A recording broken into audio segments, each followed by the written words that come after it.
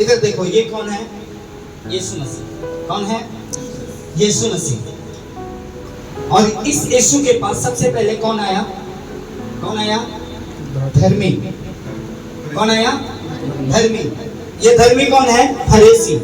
Hallelujah. फरीसी।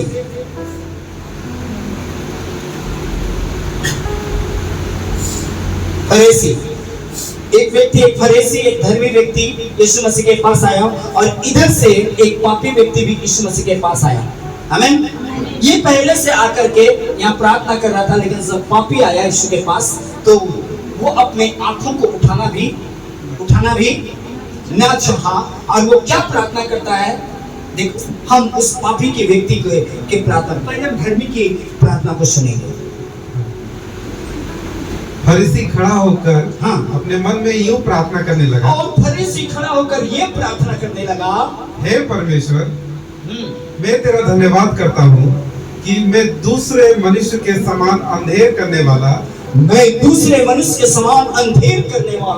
अन्यायी और व्यभिचारी नहीं, और मैं व्यभिचारी नहीं, और ना इस चुंगी लेने वाले के समान हूँ। ना मैं इस चुंगी लेने वाले के समान हूँ। मैं सप्ताह में 2 बार उपवास रखता हूँ। मैं सप्ताह में 2 बार उपवास रखता हूँ।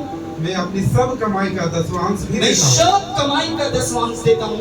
परंतु चुंगी लेने वाले ने दूर खड़े होकर, और चुंगी लेने वाला का प्रार्थना देखो, वो दूर खड़े होकर इसकी प्रार्थना देखो, दूर खड़े होकर स्वर्ग की ओर आंखें उठाना भी ना चाहा। वो ऊपर परमेश्वर की और स्वर्ग की ओर अपनी आंखों को भी उठाने की कोशिश नहीं किया, वरन अपनी छाती पीट पीट कर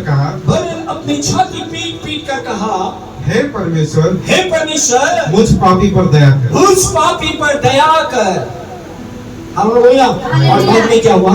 मैं तुमसे कहता हूँ कि वह दूसरा नहीं, परंतु यही मनुष्य धर्मी ठहराया गया। लॉर्ड आमीन। हालेलुया। इसके पास आया एक पापी व्यक्ति भी आया, लेकिन एक धर्मी व्यक्ति अपने आप को क्या बना लिया? धर्मी। प्रभु यीशु मसीह से धर्मी नहीं बनाया, वो खुद को धर्मी समझ बैठा कि मैं धर्मी हूँ। खुद को धर्मी समझ बैठना का मतलब ही, जब दूसरे ट्रांसलेट में पढ़ेंगे या डिक्शनरी में पढ़ेंगे तो लिखा है कि वो एक घमंडी था।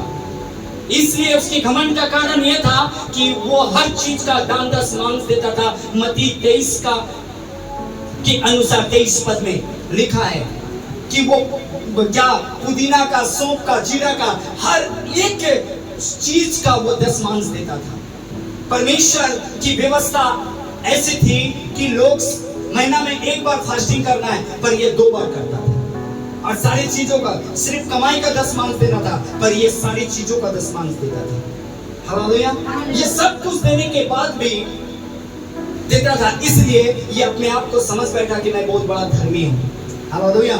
पर वो पापी आंसुओं से रोता हुआ, छाती पीटता हुआ प्रभु के पास आया और कहा, मैं अपनी गलतियों को जानता हूँ, मैं एक पापी व्यक्ति, मैं तुच्छ व्यक्ति, मैं अपराधी व्यक्ति हूँ। मैं योग्य नहीं हूँ परमेश्वर कि मैं अपने आप तेरी ओर लगा सकूं परमेश्वर। हालेलुया। हालेलुया। हालेलुया। हालेलुया। प्रभु कहता कि वो पापी व्यक्ति धर्मी ठहर गया, पर ये जो अपने आप को खुद से धर्मी बनाया था, कहता है कि ये क्या हो गया? परमेश्वर के राज से बाहर हो गया। आमीन। हालेलुया। वो व्यक्ति, पता है कई बार हम अपने आप को बहुत कुछ समझ बैठते हैं। आमीन। और बहुत कुछ समझना ही सबसे बड़ा हमारे जीवन के लिए पाप और अहंकार और घमंड। मैं एक कुछ भी नहीं परमेश्वर, तेरी दया कर देना। इसके जीवन में ये सब कुछ करने के बाद भी इसके जीवन में, इसके बोली चाली में, हर किसी चीज में दीनता और नम्रता को प्रभु यीशु मसीह ने नहीं देखा। प्रभु चाहता है कि और किसके लिए? ये व्यक्ति जो है, ये कौन है? ये पापी व्यक्ति जो है, इसका जीवन जो ऐसा है, क्यों है?